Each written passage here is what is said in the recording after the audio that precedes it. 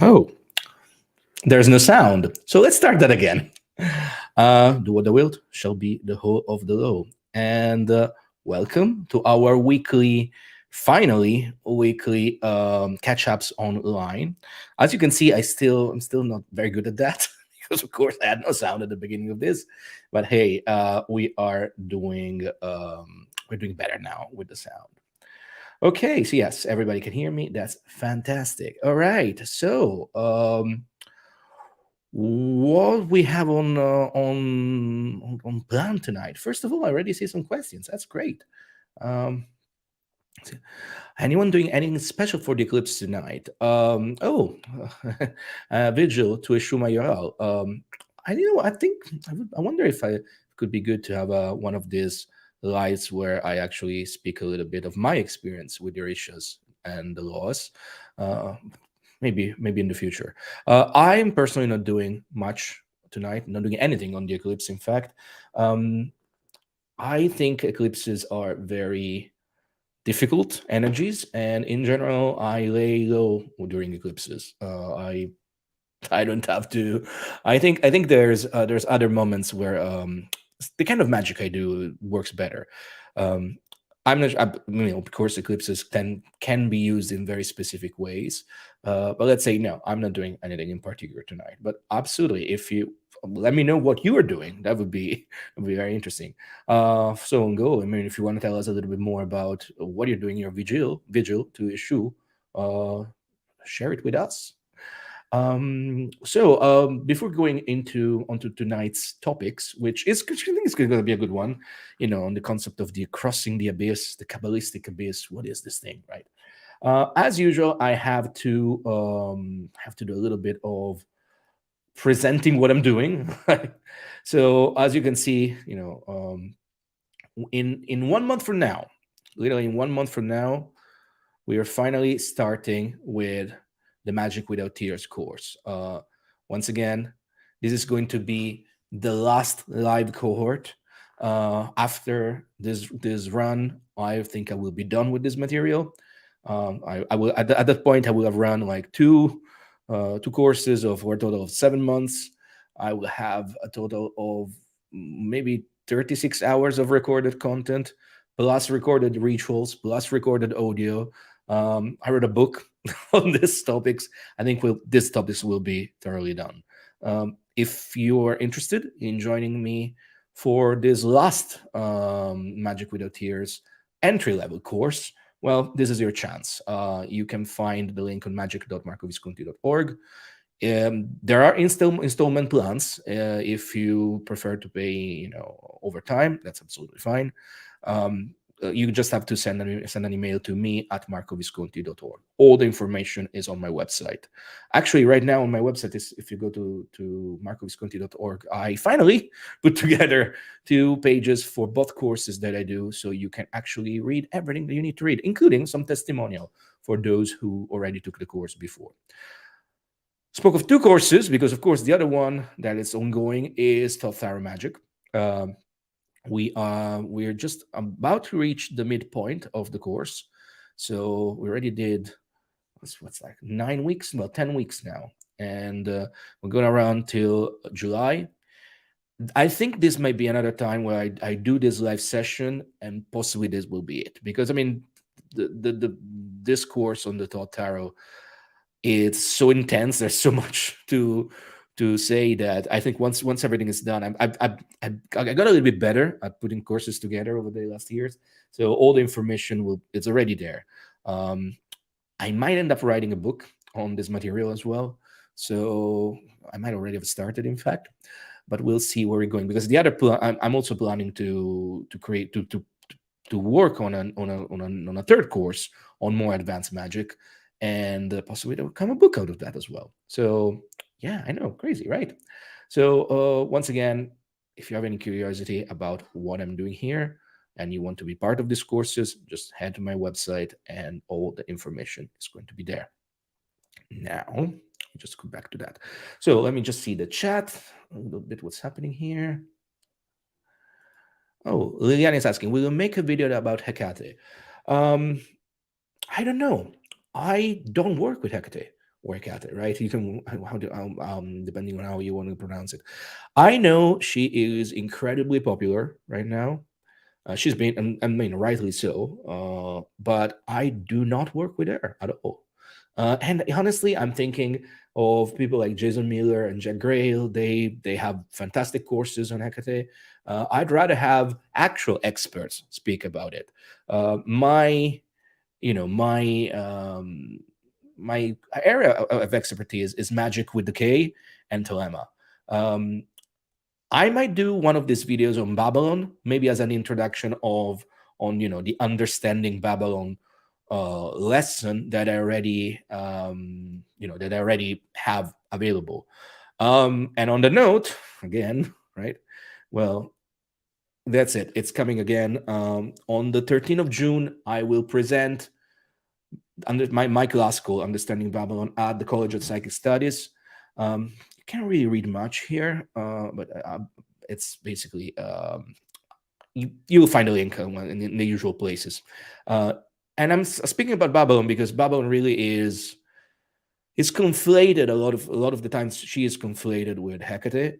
I think they're completely different characters, and this is one of the things that I actually discuss in the in the book, in this class as well. So long story short, add to stream, there you go. Long story short, I don't think I will ever speak about Hecate because it's not my area of expertise. If you're curious about her, please check out the work of Jason Miller and Jack Grail. They're doing amazing work on working with that specific egregore. Okay. Oh, look at that. I want a book on the stuff on the OTO you couldn't include in the last one. Well, I'm not sure I will ever be able to write a book on that. Um, Even if the Crowley copyrights that are owned by the OTO are expiring everywhere, and the OTO doesn't really have the money or the lawyers anymore to sue people as the way they used to do in the 80s and 90s and noughties, really. Um, it's whenever we go into OTO material, it's very tricky because they could actually start a lawsuit because they have done it in the past, saying that those are market secrets, right? So it's very, very tricky. However, if you are interested in knowing more about the secrets of the OTO, what I'm doing right now on my website, magic.marcovisconti.org, you can sign up to one of the subscriptions, and we do a monthly live stream, private live stream, where I've been explaining my experience of the rituals of the OTO, what they are, how they work, and we've done the first two now, and in a few weeks we'll do the second degree, and then we'll move on to the 9th degree. They're not just 9; there are a lot of sub degrees as well. So there's going to be quite some time. So yeah, if you're curious about my take on the OTO, disclaimer, not the take of OTO, well, we come and join us. So here's another question tonight. That's great, guys. I love that. Fantastic. Do you have anything like Astarte, Verberilli, or Bhakti on Babylon works? So, good question, right? This is a very good question. So, for those of you who don't know what Liber Astarte is a specific instruction for members of the third order of the AA. That is the first degrees, right? Not the highest ones, the lowest ones. And it's an instruction on devotion or bhakti. Bhakti means devotion, and it's quite a beautiful approach to devotion because it pretty much like ask you to devote yourself to one god or goddesses or spirit or ascended being, and then write to them a series of devotions in with different tones, like a lover to the loved one, like a slave to the master, like to friends, etc., etc., etc. And this is interesting because it really teaches you all the various aspects of what we call devotion. Now, actually, it's much more multifaceted. I don't have anything for that for Babylon, and in fact, we're going to discuss about that when we finally start discussing tonight's topic, because this is going to be very shocking for a lot to hear. I don't consider Babylon a goddess, uh, or rather, I see two aspects of Babylon. Babylon the Red, which is the Babylon of Jack Parsons, is the Babylon of The Red Goddess by Peter Gray, is the Babylon of certain part of Crowley's corpus, and she kinda is the holy harlot, the queen of the apocalypse, if you want to call it. Also with a strange, strong name. And this is also the Babylon where you can see her as maybe in this aspect you can see a reference to Hecate. Babylon the Red, it's something that doesn't really interest me at all. I'm more interested in the more mystical and transcendent Babylon, which I call Babylon the Black, which is pure understanding, or Bina in Kabbalistic terms. So in that sense, I do not have any devotion to her. I don't even, I even calling her is, it doesn't really make sense to me, because Babylon to me is a vector of transcendence. It's something that you have to go through to transcend duality and lose yourself completely into the experience that is beyond duality itself. It's the help you need, is again the vector you need to go onto to truly cross the abyss. And I guess we should start talking about tonight, right? Let me just see here a little bit more questions, because I just started. Okay, I'm just going to answer a couple of questions, and then we're going back to this. Um, when we are on future topics, any chance? Yes, absolutely. I would be happy to discuss about that, Liber Pyramidos. In fact, what you can all do is, you can leave me comments on the videos. Maybe the best way is leave all the comments on YouTube, because it's the one where more interaction happens. You can always leave a comment in the video with questions, right? With topics you would like me to discuss in future Thelema After Tears live streams. But yes, Liber Pyramids could definitely be a good one. Why not? And same for this one, right? Now, I discussed this in the Understanding Babylon lecture, that it's already available on my website, or the newer revamped version will come in 2 months from now, in June, on the College of the Psychic Studies. But after that, I will definitely suggest all of you to join us there. But maybe I will also do some summary here on YouTube eventually. But yeah, I mean, it's such an important topic for Thelema. Oh, besides Babylon, do you work with other energies regularly? I work very much with the spirits of the Arbatel, the Olympic spirits, and with the goetic demons, or goetic spirits, like I prefer to call them. Those are the energies that I work with the most.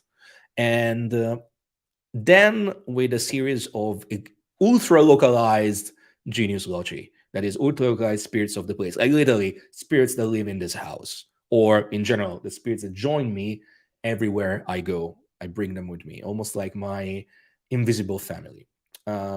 I really don't do God worshiping. I really don't do worshiping. I don't worship anything. Yeah, I know, it's weird, right? Okay. Let me see here. Hello, everyone. Hello, Ricardo. Okay. This is an interesting question. Is ascending the tree of life akin to raising the Kundalini through the chakras? Yes and no at the same time. Yes, because of course, as above, so below. So the tree of life is reflected in our minutus mundum, that is ourself, the incarnated being. However, rising the Kundalini is a very, first of all, rising the Kundalini I'm using this term in Western esoteric Thelemic understanding. Rising the Kundalini has a much deeper meaning when we look at it from an original tantric perspective, but I'm not an expert in that. Once again, if you want to go deeper on these subjects, I would suggest you to read Gregory Peters and to read Phil Hine, of course. Phil Hine has worked way more as has written and worked way more with tantra than he did with Chaos Magic. I know all of you will know Phil for Chaos Magic, which is, of course, I mean, he wrote fantastic books. But really, if you're curious about what Rising Kundalini really means, you should read enfolding.org, which is Phil immense blog. I mean, he's been writing this blog for over 15 years now. It's got some gems in it. Now, from a Thelemic perspective, Rising Kundalini is the experience that you have through sex magic, is the experience of Hadith, rising up, trying to join back to Nuit, is the experience of receiving the initiations of the Man of Earth Triad in the OTO, etc., etc., etc. In that sense, there is a similarity in that, but it's really kind of tricky. Okay, in a way. Let me see. Tonight, a lot of questions. Fantastic, fantastic. Can we just do that more? I like this. Okay. Hello, Jamie. Is that idea of worship is that the idea of worship is being unnecessarily obsequious? This I wouldn't say that. I would say that from my perspective as a Thelemite, there is no God but man, which doesn't mean that there is no God, but it means that at least I interpret it, and I wrote about this in the book. I interpret it as you are already an expression of the Godhead, right? And since the first crucial initiation in Thelema is the knowledge and conversation with the Holy Guardian Angel, once you have that experience, once you reach that point, which is, according to the map of reality of the Tree of Life, is in Tiferet. In Tiferet, all the other gods and goddesses that you perceive as such from the point of Malkuth and from the point of, below the veil of Paraket, kind of dissolve into the solar self. So since as a Thelemite, your goal is first and foremost to reach the solar self, I don't see the need to do worship. Crowley insists on Liber Astarte, we mentioned before, that in fact you have to learn the bhakti, you have to learn devotion, but because then you leave devotion behind. The Liber Astarte is an instruction of a grade, that's below the veil of Paraket, so before the experience of the solar self in Tiferet. So it's not about being obsequious. I'm very obsequious. I have a lot of respect for the spirits of the place that live in this house and then join me around everywhere I go. I have a lot of respect for them. I would not respect them, right? I have a lot of respect for the goetic demons, when I call them. I have a lot of respect for the Olympic spirits and the archangels of the planets, when I call them. So it's not about like that I'm better than anybody or Thelemites are better than everybody. It's just about that the approach is different, which I guess why a lot of people that maybe find their first steps in magic through witchcraft don't gel much with Thelema, because of course in witchcraft, all witchcraft, traditional witchcraft, Wicca, other kinds of more modern approaches, eclectic approach to witchcraft, there's always this idea of worshiping the gods.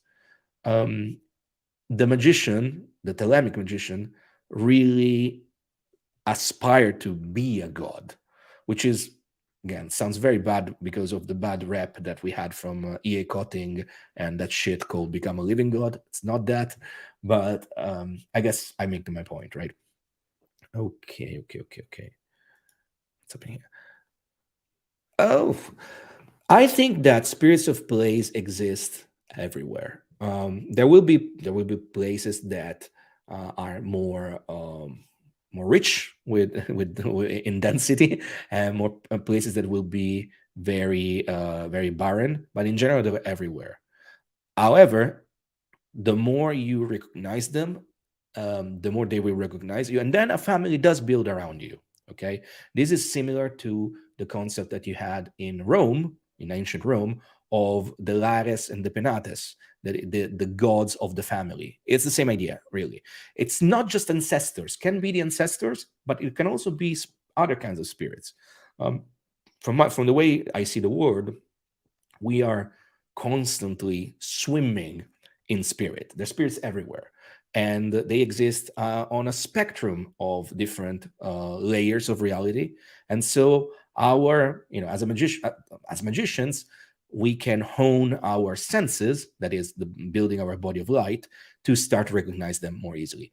And if you want to know how to build your body of light, read my book or join my course. I had to do it. Sorry about that. All right, now let's just really get going with tonight's chat. So, crossing the abyss, right? Let me just put it like this. Okay, one of the concepts you hear again and again and again being discussed online about whenever we discuss magic, especially when we discuss Thelema, is this idea that we have to cross the abyss, because that is the final initiation, right? That is the goal, the final goal in Thelema. And so the true completion of the great work is not so much reaching the solar self and become one with the Holy Guardian Angel, that is one with what we can perceive as God from the vantage point of Tiferet, but in fact is transcending that as well, is moving beyond union into nothingness, into the experience of non-duality. In this sense, crossing the abyss is very much similar to the concept of enlightenment. Or I wouldn't call it nirvana, because possibly the idea of nirvana is even beyond that, is moving outside of creation as well. And again, if we're looking at the map of reality, that is the tree of life, we see that crossing the abyss means reaching the Sephirah of Bina, the third Sephirah, the first of the supernals. Okay, possibly nirvana really means going beyond Keter, even reaching Nuit, reaching what in Kabbalistic terms is known as the Ein Sof.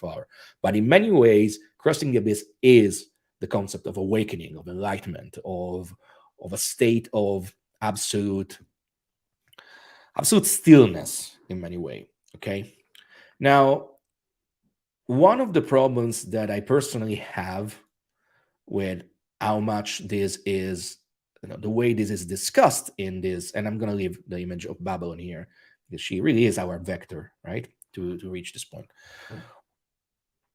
One of the problems I have with discussing this subject, and the reason why I named this live stream, the obsession with crossing the abyss, is that in order to do that, in order to even reach the abyss itself, reach the point where you can decide if you want to fling yourself into the abyss and have this very traumatic experience, you have to have done so much work before that I can tell you, I've seen very little people stick to the plan. Okay. And this is one of the cases where oftentimes I hear, well, I mean, at the same time, maybe some people are more talented naturally. Maybe some people can have this experience naturally. Maybe these things can happen without, wanting it to happen. I would say that is true for the knowledge and conversation with the Holy Guardian Angel, the Tiferet experience, the solar self, the union. That can happen automatically. Some people just have that experience, right? You can reach, you don't have to do magic to get there. You don't have to do any sort of practice to get there. Maybe from time to time, life just takes you there. Okay. The point is that after that, there is a series of tasks. If you really want to do it, the Thelemic way, and if you really want to have the experience of what we call crossing the abyss, that unless you have all the experience that takes you to Tiferet, and you have all the expertise to have the experience of Gebura and Gedula, Gebura and Kesed. So, the idea of willingly reaching a point of perfection and equilibrium in Tiferet, and then willingly lose that equilibrium and experience severity and mercy by your own will. If you don't have that, if you don't do that, it's very hard for me to think that somebody can actually call out for Babylon, face Coronzon, and cross the abyss. So why a lot of people obsess over it? First of all, it's because, of course, a lot of people that speak of Thelema, that write of Thelema, they just try to emulate Crowley. And of course, Crowley claimed to have done that. And Crowley claimed to have done that by um, engaging with sex magic in the desert of Busada with Victor Neuburg and scrying the ethers, the Enochian ethers, right? Now, a lot of people don't even do that. A lot of people just sit comfortably on their, in their rooms, and they just read the Enochian Eaters, and maybe they have some sort of visions, and that's about it. Unfortunately, I don't buy it. It's not that simple. It's not. Crossing the abyss and facing the abyss means, as I said, as I mentioned like earlier on, means facing Coronzon. Coronzon is the, maybe I should do a complete video on Coronzon, but the Coronzon is the closest thing we have in Thelema to Satan, the devil, right? The opposer. Satan, shaitan, means the opposer. And it's really a title than a name. Lucifer as well is a title, means the bringer of light from Latin. I guess that particular spirit's name might be Samael. Maybe that's the correct name. And Coronzon, so it's another kind of shaitan. It's another kind of opposer. But the kind of opposer that Coronzon is dispersion, is absolute losing of focus, is atomization, whereby everything that you've done so far, up until having the knowledge and conversation, is finding a laser focus, finding the precise orbit of your own life. Okay. Now, another thing that somebody's saying something.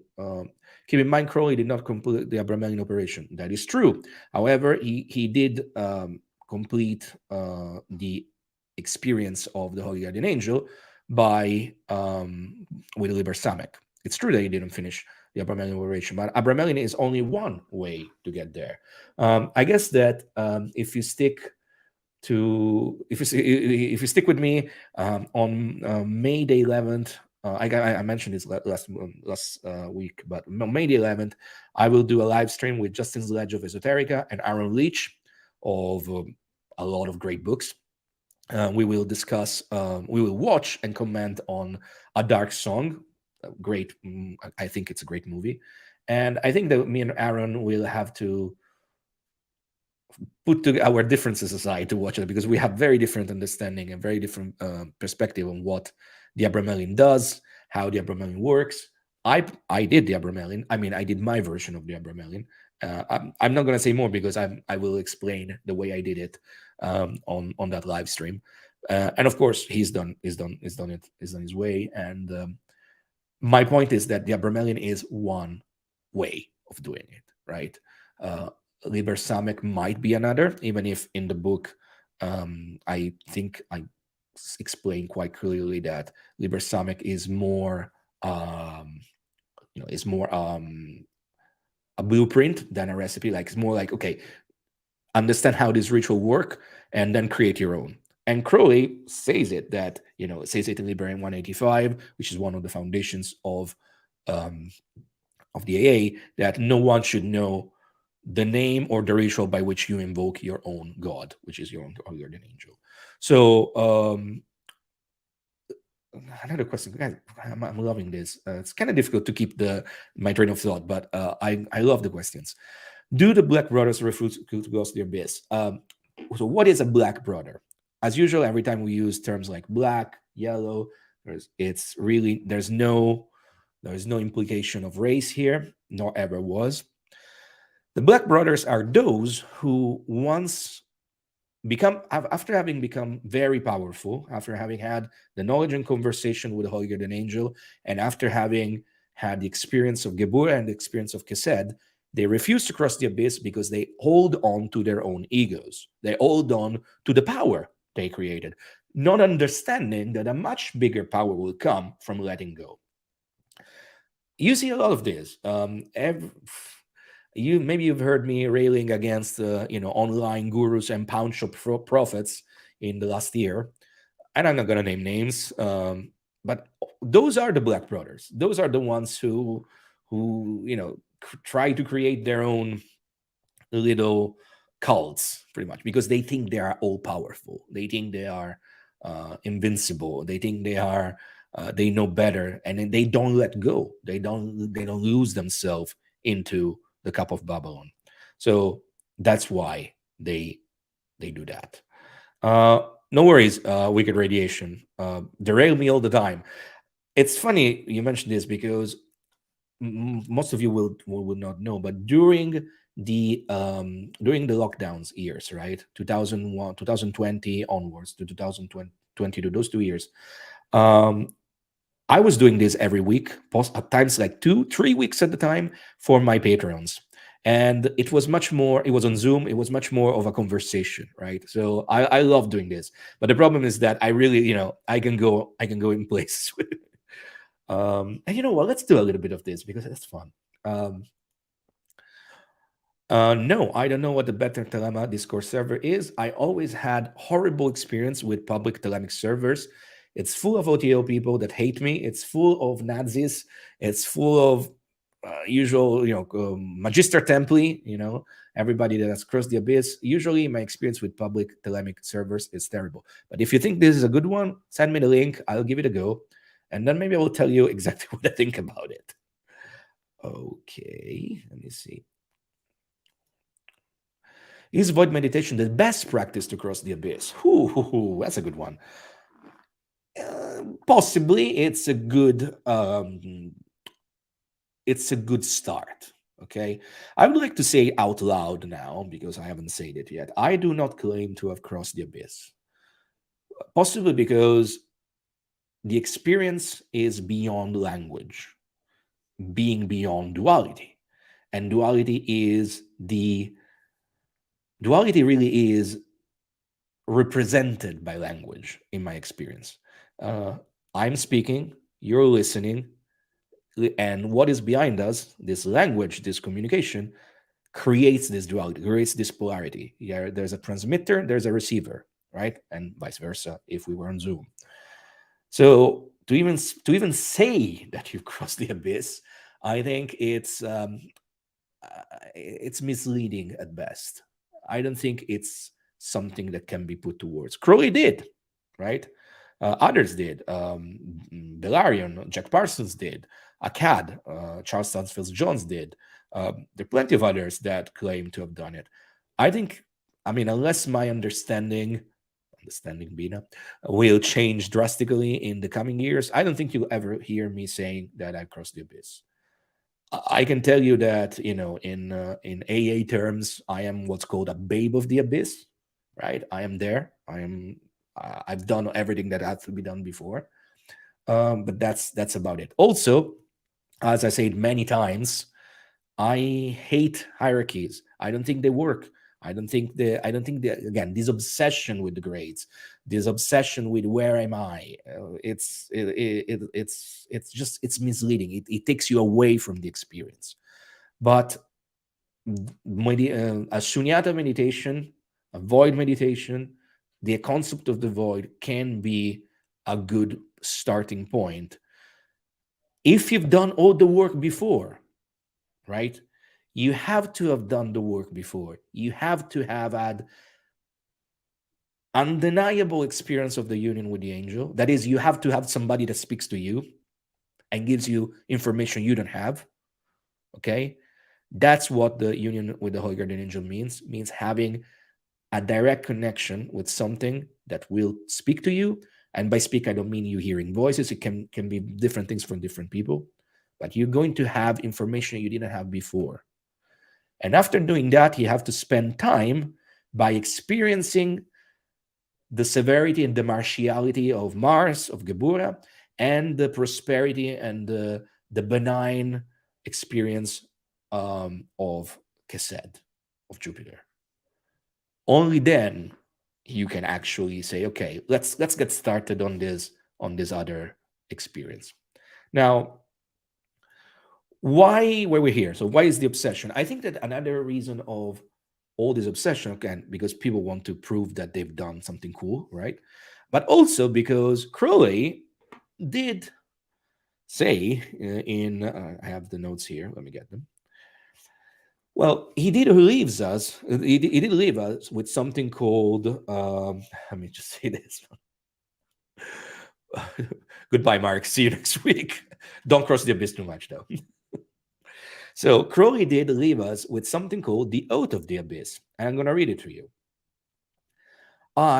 Ume was Crowley's motto as an adeptus exemptus, that is, an adept that is in Kesed. A member of the body of God, hereby bind myself on behalf of the whole universe, even as we are now physically bound unto the cross of suffering, that I will lead a pure life as a devoted servant of the order being the AA, that I will understand all things, that I will love all things, that I will perform all things and endure all things, that I will continue in the knowledge and conversation of my holy guardian angel, that I will work without attachment, that I will work in truth, that I will rely only upon myself, that I will interpret every phenomenon as a particular dealing of God with my soul. And if I fully reign, may my pyramid be profaned and the eye close unto me. Now, the last part, may my pyramid be profaned and the eye close unto me, it's interesting because it's something that you hear in Memphis Mizraim, which is the Egyptian Freemasonry. It's something that I guess Crowley got it from there. Now, the point is that this Oath of the Abyss was then recited by Jack Parsons when he just decided that it's time to cross the abyss. I mean, for all the love I have for Jack Parsons, he really didn't understand how this system was supposed to work. Because again, he didn't have much instruction, right? I remember that Parsons was working pretty much alone in Agape Lodge when he was basically thrown in a leadership position before it was really of much experience at all. And there was all the infrastructure of teachings were gone, right? So Parsons being Parsons, which is an incredibly interesting character, but possibly somebody who was very sure of himself. Well, what he did, he just read this. He think that all he needed to do was to go with the Oath of the Abyss, and that was it. Honestly, this is something that it is found in the foundational documents of the AA. It is say that it is the right of every neophyte to take the Oath of the Abyss. But it's almost like that. I think I would say that that's blind, because it also say that if you fail, then it's going to be bad for you. And honestly, we have proof of this, because if you read the diaries of Father Akkad, Charles Stansfield Jones, he was forced to take the Oath of the Abyss by Crowley becoming a magus, by Crowley taking the grade of 9 = 2. The AA works like if you take a grade, your student has to take the next grade. Like at least ideally there was supposed to be an unbroken chain. Of course, it doesn't exist anymore. It possibly never existed, but Jones did it. And in his diaries, it's written that he wasn't ready, and he threw him into, he was forced to face Kronzon way before his time. And for many years, he struggled with it till he was able to overcome, till he was able to do the work, all the preparatory work that you need to get there. Okay, so long story short, and I hope I made my point. The point is that yes, crossing the abyss is the final initiation of Thelema. I would say it's where things gets really interesting from the perspective of your understanding of the universe, and your understanding of the universe within and the universe without, inside and outside. However, it's not as simple as a lot of people make it to be. I would say that if you, I mean, I might be say being very, very terrible here and saying it is out loud. But if somebody comes to you and say, "I'm a Magister Templi, I've crossed the abyss," doubt it, right? Uh, I can think of maybe four people that I will consider them at that point. One is Michael Berthiaud, um, and the other one is dead. The other two, I won't say the names. One is very famous. Let's put it like this. But they all had incredible stories, incredible personal experiences. Okay, so if somebody on Discord will tell you that they crossed the abyss, because especially because maybe they read out loud the Enochian Ethers, just move on, right? It's a really, when you hear that the idea of the dark night of the soul, and it's another term that has become very popular in recent years, possibly because as a race, as you know, as humankind went through a collective dark night of the soul in the last few years. Now, the dark night of the soul, it's something that happens at every initiation. Every time you take an initiation, every time you move up the tree, if you want to use that map of reality, you will face a dark night of the soul. Okay. However, the dark night of the soul is the crossing of the abyss. And that's when things really hit like shit really hits the fan, right? So it's not as common as most people do. I wonder what are your thought what your thought are in Jericho. I no, okay, let me say, it's not that I don't like McMurtry. I don't think he was the experienced magician that a lot of people that knew him make him to be. I don't see, I mean, apart from him trying to restart the OTO, I don't see any validity in any interesting in everything he's done, honestly. Um, I think Jerry Cornelius wrote a lot of interesting things. If you really want to understand what the OTO is about, including the fact that it's a very, very, very, very specific understanding of magic, the OTO does one thing. And if you want to understand what it is that one thing that the OTO does, Cornelius wrote interesting books about that. Terry, he really needs an editor. He really needs somebody that edits his book properly and maybe typeset them properly. But that's he's done a good work on that. Apart from that, I I mean I barely know the guy. We were friends for a while on Facebook. Then he went a little bit and anti-vax crazy, and I don't stand these people, so we just parted ways, and everybody is happy, etc., etc., etc. Okay, let me see. I love Jack Parsons. Well, I mean, how can you not love Jack Parsons, right? I mean, it's such like a larger than life character, and we'll love him, right? And yes, Freedom is a Two-Edged Sword is a great book on almost like understanding Thelema as a positive libertarian approach, as opposed of the Nazi libertarianism that you find on certain Thelemic circles nowadays. That book should definitely be republished. Okay. Yes, Jack Parson is indeed Bay.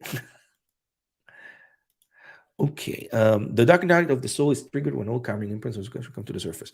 Well, that's a way of saying that you have done the work on the tree up until Kased. It's the same concept. So yeah, makes sense that it would be triggered at that point. All right. I think we're getting to the point where we actually. Okay, this is a good one. What do I think of the Eon of Math? I will have to do a proper video on this one as well.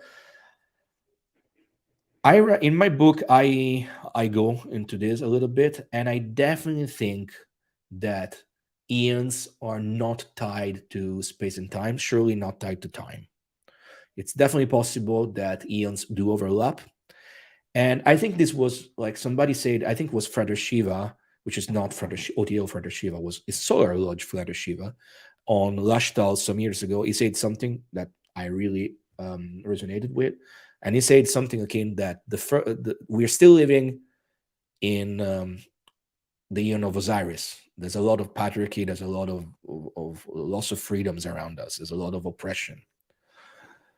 The Eon of Horus is here, and we should all try to establish it for good. And some of us are also able to leave the lessons of the Eon of Math already now. So in many ways, I really, really do believe that the Eon of Math is valid, is true, is a thing. It's going to be the next Eon. I think so. Okay, let me see. Oh, this is a good question. Is your ego sort of like sacrifice? It is simplistic, but you can imagine that. Yes, and that's exactly why it's difficult to accept. Remember that in the Thelemic system, once you approach the crossing of the abyss, you're already believing for some time in union with the divine self. So it's not just leaving your ego behind, like your mask. It's not just leaving Marco or Catherine. It's leaving also the union with God, also the union with the angel, right? And that is why it's so hard, because you're cutting that connection with the divine that you worked so hard to have. But that's the only way through. Only in that way you can then hear the call of Babylon and be reborn again in the night of under the night of Pan in the city of the pyramids. Hello, Gerard. You mentioned Michael Bertier a few times in the past video. Could in one video explain a little bit more of his approach? So yes, I've been trying to write down my experiences, not so much about my understanding of the Voodoo Gnostic workbook or Voodoo Gnosis in general, but what it was like to meet him, what it was like to work with him for a few time. So yes, I will. It's definitely something that I would like to do at some point. I'm also trying to convince Peter Levenda to write to edit the Voodoo Gnostic workbook together. And it's getting all the material and editing. You know what? Like what Bill Breeze did for Magick and Theory Practice. I would love to do that, but I need Peter Levenda's help, because Peter Levenda understands the system very well and is a much better writer than I am. So I would love to do that. So possibly. Hello, greetings. Hello, all the way from Brazil. Did you see the letters from Kenneth Grant? Yes, I think I did. And the danger of crossing the abyss too early is, as it's in the oath of the abyss, that the eye will be closed upon you, and it almost means that you won't get another chance in this incarnation. Then, if you, like me, think that you only get one incarnation because we live this life one time as Marco, it means that it will be that your pyramid will be profaned forever. So, folks, don't cross the abyss if you're not ready for that. Don't even think about it. Think about the simple things. Think about breathing. Think about doing your pentagrams, your hexagrams. Go steady. Make sure that you have connection with the Holy Guardian Angel first, and that means, once again, make sure that you have something in your head or in your space or somewhere that speaks to you pretty much at will and gives you information, gnosis that you don't have. Okay, so that's what you should concentrate on first. Okay. I mean, the Eon of Osiris seems to be in its death throes, right? I mean, you sure about that? It definitely felt like that for a while. And then in the last few years, we had once again ultra-reactionary ideas coming back. I mean, folks, look at the kind of shit I deal with on Twitter with the Nazi Thelemites. I mean, we literally have people right now that call themselves Thelemites, but advocate for they hate trans people, they hate gay people, they think that all women should be trad wives, etc., etc., etc. Do you think that shows that the Eon of Osiris is in death throes? I don't know. Right? Also remember that this is next year will be 120 years from the reception of the Book of the Law. We're just starting, really. It's just happening right now. I think that we will be able to see the Eon of Horus fully manifested in a few centuries down the line if we make it that far. So yeah, I wish I could do that as well, Jamie. I really wish I could. Unfortunately, Twitter is my main. It is my main source of of promotion. I guess most of you maybe found me on Twitter first. I mean, I ran several polls on my website, and pretty much everybody who ever bought a class from me or the book or the courses, all from Twitter. Some from Instagram, and very few from YouTube. I guess YouTube is growing now because I'm more on YouTube, and I will be more on YouTube. But yeah, it's bad, right? And I mean, since Musk's takeover, it's been even worse, and I don't think it's going to get better. I really don't think it's going to get better. I mean, I went back using more Facebook groups, which is tells you the situation. But so far, I'm still tied to Twitter. And again, if you ever are curious to see the situation I deal with the Nazi Telemites on Twitter, well, there you go. Eon of Osiris over there. All right, I'm gonna drink some water because my voice is hurting me. If we have any last questions, I'd be more than happy to answer them for this week. I will use this moment to remember everyone that what is that? Remember what of my course coming up, and look at that. So I am mastering StreamYard. Look at this.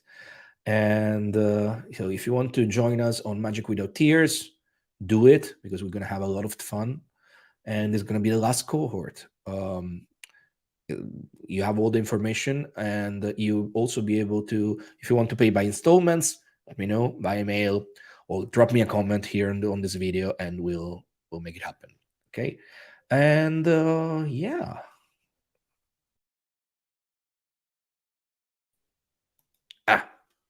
I just say that I was mastering StreamYard. Look at that. Failed immediately.